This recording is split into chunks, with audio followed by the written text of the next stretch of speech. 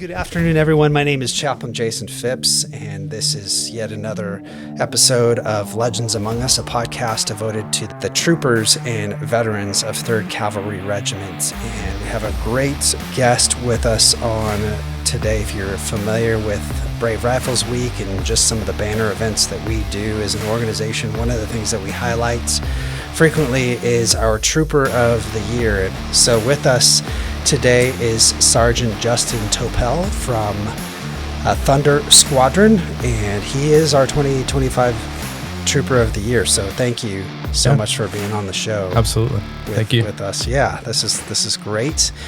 And so we're just going to kind of talk a little bit through just how you ended up in this place. Who coerced you into competing for that? Sure. Because there are other positions as well that were recognized during Brave Rifles Week. Like for the competition that we did, they broke it down into 4. There was one for warrant officer, one for officer, NCO, and then junior enlisted. Okay. So at the time, I was still a specialist, so I did it for the junior enlisted. Junior enlisted, yeah. Okay.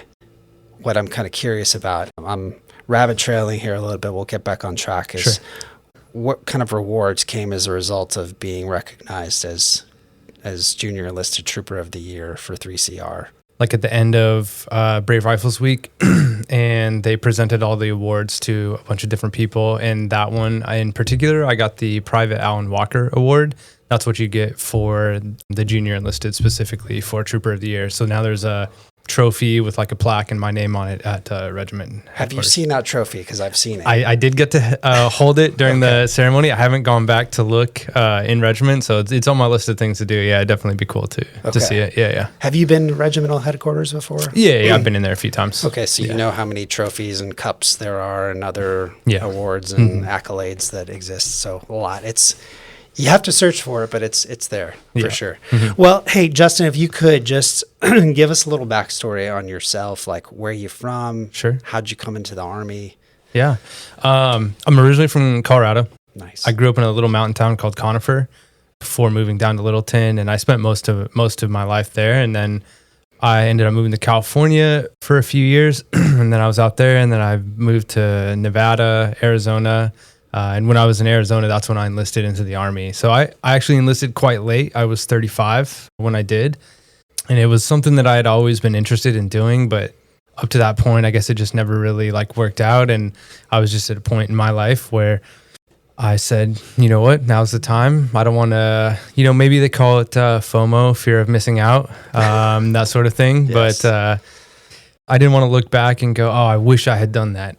Now that I'm in, I wish I had done it sooner for sure, but I'm glad I did it at the time I did. And so, I enlisted with a optional 40 contract, and I did go to pre-RASP. Unfortunately, didn't make it through there, and then upon going through transitions, that's when I got put to 3CR. Okay, so any aspirations to go back to RASP 1? I think at this point, I would probably go SF. I loved my time in pre-RASP. I like to suffer a little bit, those physical demanding exercises and just pushing yourself mentally and physically is kind of what I strive off of. So I think that worked out really well for me, along with Trooper of the Year as well, because it's kind of that same concept. I think with my age, I think SF might be a better path. The guys in regiment are, I think the average age is somewhere around 25, and while I can keep up, the longevity there is really not quite there. So I think there's probably more opportunity in SF. Although I would like to go to Ranger School. If I could be king for a day, I would just plan out this perfect glide path for you to go to Ranger School, promote to E6, and then go to RASP 2, which is... I thought about that. I mean, it's a different course than RASP 1 is, as you know. I did RASP 2 3 months after Ranger School, and it's a gentleman's course compared to Ranger School, but it's more mentally and challenging than anything else. So, but the 18 X-ray route, that's a noble route to take as well, and clearly you possess the mental maturity and wherewithal to make the right decision. You married, kids, any of that? No. I am divorced. That was actually one of the reasons I like to, everybody asked me oh, why did you join so late? And I was I don't know, midlife crisis. I went through a divorce and I just kind of didn't really know what I was doing. And I said, needed a little bit of direction and sent it. So yeah. I'm confident that I'm older than you, but I feel like we have somewhat similar glide paths, somewhat similar stories with regards to how we came into the Army. I mean, I was 31 when I commissioned. Yeah. Gosh. Well, I've been a commissioned officer for 18 years now, so I'm 50, but somewhat similar, almost like a midlife crisis. Obviously, chaplains don't come into the Army unless they feel called by God to do that. And I was in full-time ministry, but realized I was not going to do that the rest of my life. Were you in the middle of something that, other than the personal stuff? Yeah. Were you in the middle of a career, or was it nothing that was? No, it was transitional. I had spent before that 6 or 7 years in a bike shop, like bicycles. Yeah. And I was managing a store out in California before I left. And I mean, it was fun. It's very free, and you get to do you just have a lot of freedom, I guess. Yeah. But at the same time, while you did get that, it wasn't very fulfilling to me. You know, I had accomplished quite a bit, and I had done really well in the store, and I grew it quite a bit. And I ended up going through the pandemic, and there was a big bicycle boom. So everybody was buying bikes, and, you know, I worked through all that. But at the end of the day, I think something was missing, and I knew it. And in the company I was working for, I just didn't feel that there was a lot of movement for me to go up. And even in the positions that were opening up, none of them really appealed to me. And I was like, I don't really know if I want to do that. And I think it was just kind of a catalyst a little bit from going through the divorce. And then I quit the job and then moved out of California. And it was just kind of this big snowball effect that just kind of pushed me forward. So I think this may drive the majority of our discussion today. So you join the Army, you apply for an Option 40 contract, RASP doesn't work out, you get diverted to 3rd Cavalry Regiment. I don't know if that was even on your radar at all, or if I had no idea. Okay. Was it just at that point needs of the Army? Yeah, correct. Okay. Yep. So they sent you here, 11, I'm sure 11 Bravo? Actually 11 Charlie. 11 Charlie. Yep. Okay. Mortars, for those that don't know. Yep, mortars. So they diverted you here. You came to 3rd Cavalry Regiment. Personally, I love this place. I have really enjoyed my time here. This was not the first place on my list when it came time to PCS, but I've really enjoyed it. For you, however, you didn't necessarily get what you want. You're trying to find yourself in many ways. Has this met that need in your life, or is it a process that you're going through of seeing the Army meet certain needs in your life? I think it has in ways, in other ways it hasn't. I'm a pretty motivated individual, and sometimes I feel this, could use a little bit more. So I try to do that. Some of the people around maybe just kind of lack that. I mean, at the end of the day, it is what you make it. I had no idea who or what 3CR was when I got those orders. They were just okay, you're going to, at the time Fort Cavazos, now Fort Hood. And I was like, okay. I mean, for me, there's one thing that I always look for. It's there's actually a piece of scripture that I use a lot. I'll let the Lord fill my cup, and it's not what I want, but what He wants. And He has a path for me, and and I'm going to continue to follow that and walk that path that He has for me. I was definitely pretty bummed when I was dropped from RASP. I had told myself the only way that I'm leaving this place is if they say you can't be here anymore. But I did everything I could to make it, and it just wasn't, that wasn't the path that He had for me. And so while I was pretty sad, I just tried to accept it and take it in stride, and now I'm here. Yeah. I would call that entering into this phase of not being dismayed by not getting what you want. Yeah. I frequently, when I was in the 82nd, I would run into 18 X-ray drops, and they did not want to be there. And it's ironic because they really didn't know what they didn't know about the Army to begin with. Very similar situation. They thought they wanted this. They, for whatever reason, they did not achieve that, even though they really had no concept of what SFAS was. I mean, let's be honest. When you're 18, 19, you don't know anything about the Army, even if you think you do. And so they don't get that. They come to the 82nd. They don't know anything about the 82nd. They don't know anything about the lineage, the history, our mission set. pretty incredible. For them, they would see it as not even close to being a consolation prize to what they aspired to. But when you really dig deep, places like the 82nd, places like 3CR have an incredible history, an incredible mission set should we ever get spun up to go fight the next giant war. So you have come here and you've set an example, I would say, for others to follow by the things that you have achieved. When you look at your foxhole, like where you're at, the people that you influence, are you a team leader now, or where? Squad leader. Squad leader. Yeah. Okay, so you're a squad leader, so you have influence over what, 6 to 12 guys? For mortars, it's like 6, 7. Okay. Yeah. You have influence in their lives. What does that influence look like based upon what you have achieved thus far? I really just try to maintain a positive attitude. Every day you're going to come into something that you don't want to do, or tasking or a detail or field problem. And I think at the end of the day is if I can maintain a good attitude and provide support for the people around me and show that, like, at the end of the day, whether it's something that you wanted to do or not, you put your best foot forward and you do it to the best of your ability. I want to be proud in everything that I do, and so I try and show my guys that same mentality. Because if we all do that, then we will just continue to rise up and be the best. And I like being the best. I like to win, and I like to be at the top, and I like creating competition inside because it raises us up, whether that's physically in like some PT comps or mentally and like challenging ourselves. But yeah, I think it's just to maintain that positive attitude and just like keep pushing forward and putting that best foot forward and try to be the best at everything you do. We'll come back to this. I want to table this discussion for a bit. I do want to hear a little bit about Trooper of the Year competition. Sure. Like what were the steps required and what were the steps involved with that process? Like, how did you prepare for it? Who came alongside you to help you prepare for that? Yeah. It was actually kind of dropped on me. I had no idea that I was going to. And then our sergeant major said, Toepel, you're doing the Trooper of the Year. And I was like, okay. I didn't really have any idea what it entailed.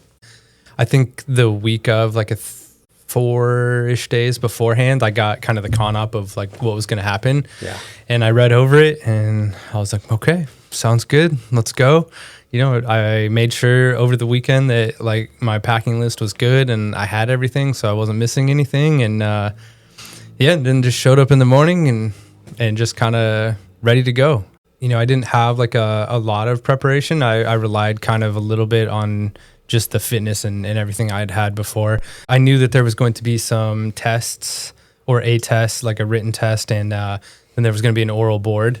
I, tried to make sure like I studied up a little bit on that beforehand. And then day of, they had like a layout in the morning, which you were docked points, like if you didn't have everything or and that sort of thing. And then after that, we completed an AFT, which was pretty fun. We did that in OCPs and boots, so that was interesting. I took a couple tumbles though, if anybody was there, on the sprint drag carry when you're doing the side shuffle. I was coming back and I couldn't pick up my right leg well enough, and I just tumbled over and rolled up, got back up, and then rolled over again. And just kept going. So it was pretty interesting. I had fun though. I mean, I enjoy that sort of thing. You just laugh it off. After that, we donned our rucks, and then we kind of separated into our groups, like the junior enlisted NCOs and warrant officers. And then we went and we had 2 guides, chaperones, whatever you want to call them, that went. And then so we essentially just kind of did the spur ride that was happening. And I think originally we were supposed to get some grade sheets, but I don't know like what happened with that, because I think we were supposed to be graded at each event, but that didn't end up happening. So we just kind of did the spur ride. Maybe not quite to the extent that others were. They definitely probably didn't hound us as much as the people doing the spur ride. So we had some, I think rucks were like around 45, 50-ish pounds. We were in flick, and it was hot that day too. It was. Yeah. They put us in the woods pretty brutal. that day. I did the spur ride. We were like in the woods for like 4 hours waiting for the heat to pass. And I was torn on that one, because we'd gone to our first station, and then we had gone to the second station. I think at that point we were 10 miles out or something, because I think we did a total of 28 miles rucking. And by the time we got to the second station, there was talk of like a stand down. Our group kind of voted on whether we should just stay where we were at and just wait for that stand down or move. And I wanted to move because I think that actually kind of hindered us a little bit. We were stagnant for so long that like our bodies kind of started, like, oh, okay, we're done. We're in recovery mode. And then having to pick up after that and go. Yes. I was struggling when we picked back up. Like my body was like, oh, all right, here we're doing it again. Even though it was hot out, I kind of wish we had kept going and just maybe slowed the pace as much as possible, taken a little bit more breaks, but just at least kept that continuous movement. But yeah, we did that. The first station was artillery, so we were running artillery rounds back and forth and getting up on the gun, which was interesting because it's similar but different to mortars. But I got to mess around with that a little bit. It was fun, and honestly, my favorite part was running the rounds back and forth because it's just heavy and I enjoy that sort of stuff. Yeah.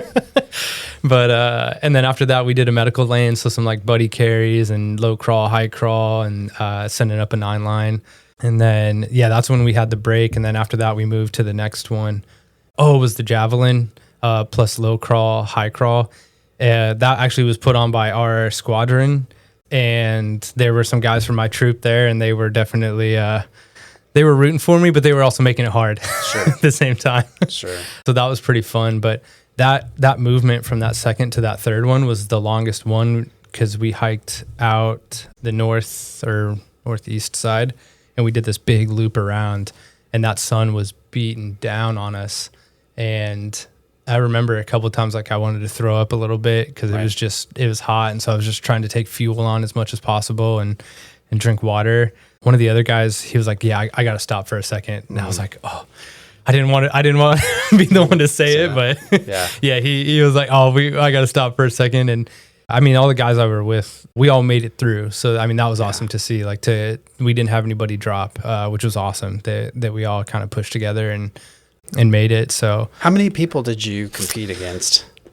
Was it like one from every? 4 or 5, I think. There were 4 or 5 of us in ours. Yeah. Okay. Yeah, I think there was originally supposed to be one from like Saber Thunder, Tiger, Mule Skinner. I'm pretty sure there were a total of 4 or 5 listed for that category. Yeah, exactly. Okay.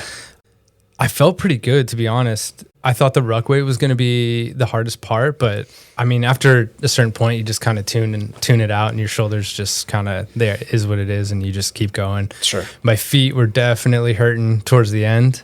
And then, after we did the third one, the movements between the third and the fifth one, so those 3, 4, 5 were pretty small. It was within like maybe 2 or 3 miles of each other. So they were short movements. And then we did one with Mule Skinner, moving some tow bars back and forth. And then the last one was a Seaburn. So we were low crawling, putting in the Seaburn device, and then moving it. Low crawling back. So, and then we did some kettlebell carries as well, donning our masks in time and that sort of thing. So, I had fun. That sort of stuff is just enjoyable to me. And when you can push yourself and go and work through the pain, I think it makes you stronger. Yeah. It's not just physically, but overall. Exactly. Yeah. Well, getting back to what we were talking about earlier with regards to your team, your squad. So you aspire to do hard things and to push through those things, which is good because I always tell people in the Army, we're LARPing, we're live action role playing 100%. until we're in every scenario. Even Ranger School is a giant LARP, but it's a hard one. But we do all this training. We try to make it hard so that when we get to an actual combat environment, we're tested, we're steely-eyed, and we're ready to fight whatever enemy the president decides that we need to be at war with. So clearly, you're an example of somebody who, given the right circumstances, if we had to deploy, you would be ready to employ mortars against the enemy. You have a squad now, and I know that there are people who get discouraged by little things in this environment, even just being here. How do you, other than modeling, like you said, just positivity and strength and endurance, modeling what it's like to improve upon skills that you have physically, mentally, what do you do for those troopers that you engage with that just can't get past a certain barrier? Yeah. I like to know their motivation. Why'd you join the Army? What do you want to accomplish? once you kind of understand, where they come from a little bit and maybe a little bit the way their mind works, I adjust to each individual because not everybody needs the same thing.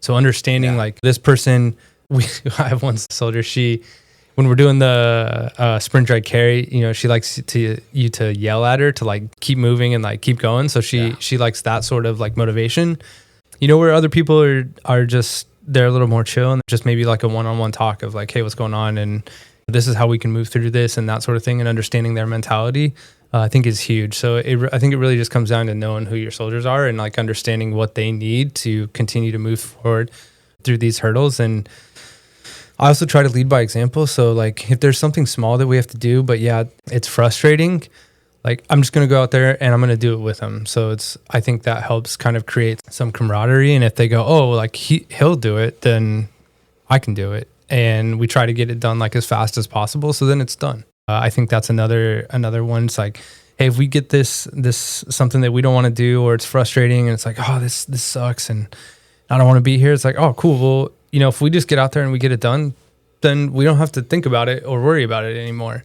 And just kind of trying to instill that in them. And like, I mean, there's plenty of things that I don't want to do, but sure. At the end of the day, I'm here. And again, like I said earlier, like I just want to do it to the best of my ability. And I imagine as well that you're thinking beyond yourself. Like you honestly have to think about the organization, even at echelon. So maybe you're thinking about it within your section, within the mortar section, or you're thinking about the greater mission of Thunder Squadron, or you're thinking about how might the regiment be employed by division to carry out a mission in like the Indo-PACOM region, which is how I try and look at something like a Korea rotation is like, we're not just going over there to be in garrison, but away from our families in Korea. Like we're actually being used by Indo-PACOM as an element that exists at the tip of the spear in the event that North Korea decides they want to pop one off against South Korea. Like we're there as a reactionary force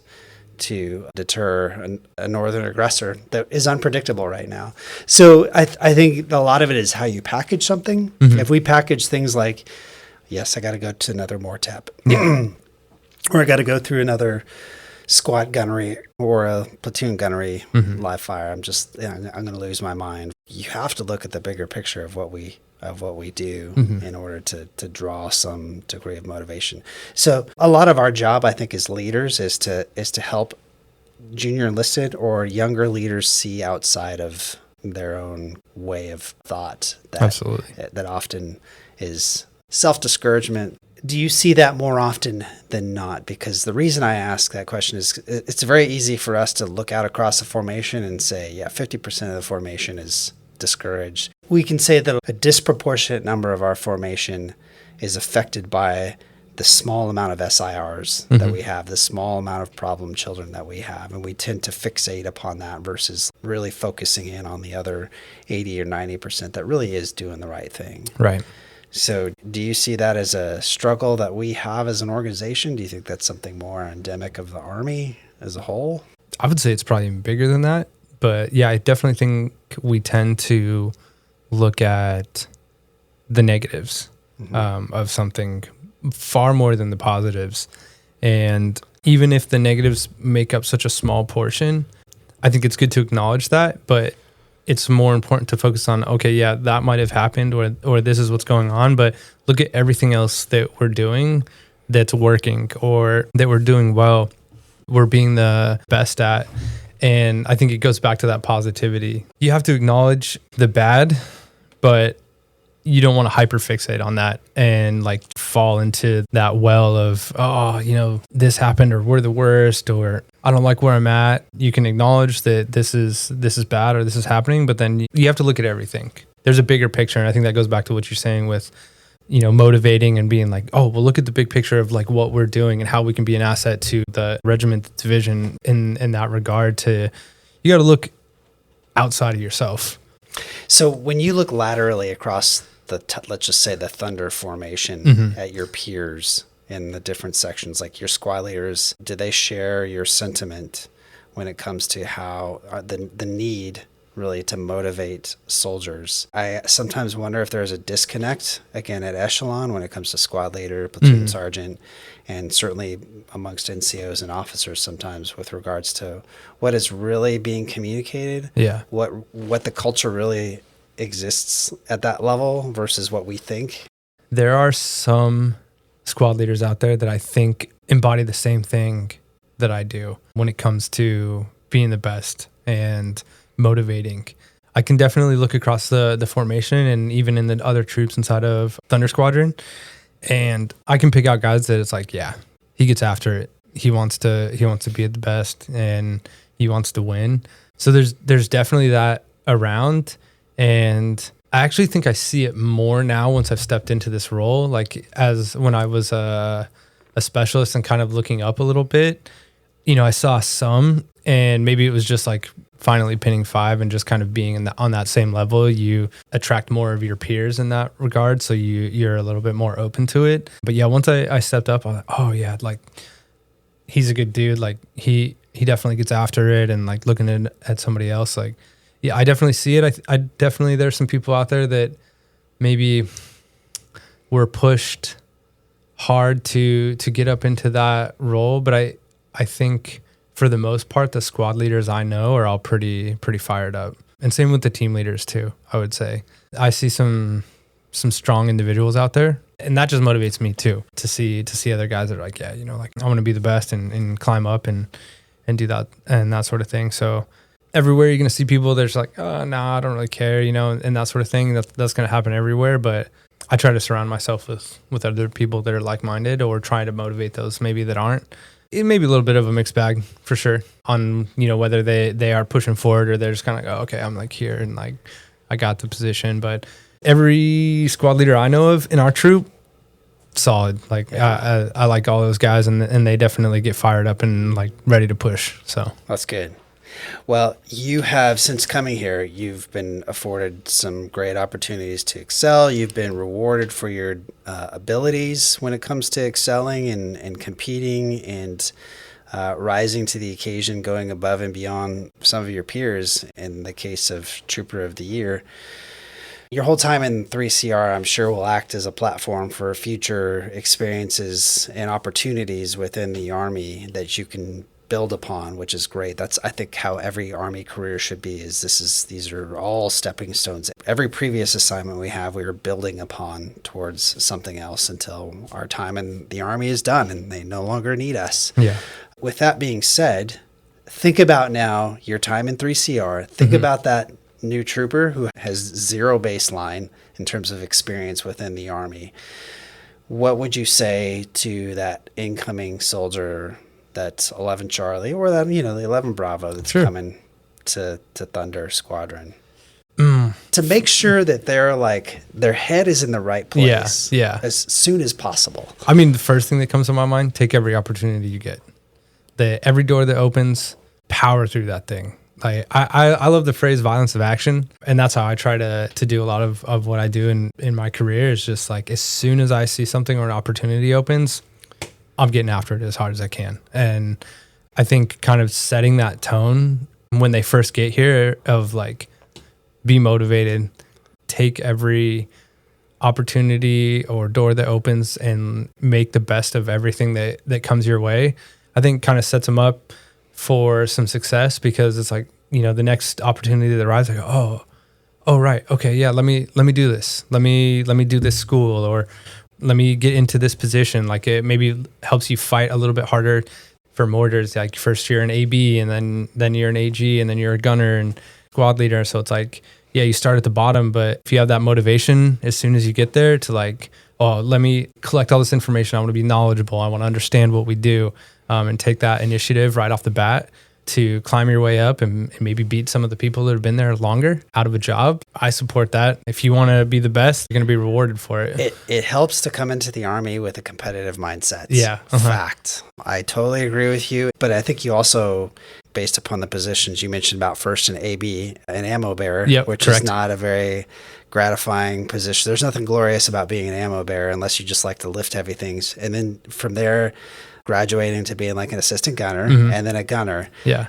there's a process that you have to go through just to reach those positions. It doesn't necessarily take a lot of time, but you have to have the patience to take that lowly position and then go successively to each position before you get to where you really want. So it's not just about being competitive, although I think competition can probably speed up the process of going from like an AB to a gunner, but it also requires patience as well. And perhaps a degree of humility, because ideally the assistant gunner or the gunner knows more than the AB does. Right. So if you come in with an ego or a chip on your shoulder and you get the gunner who just like totally crushes you because you're being an idiot, you have to accept that and learn from that experience. Absolutely.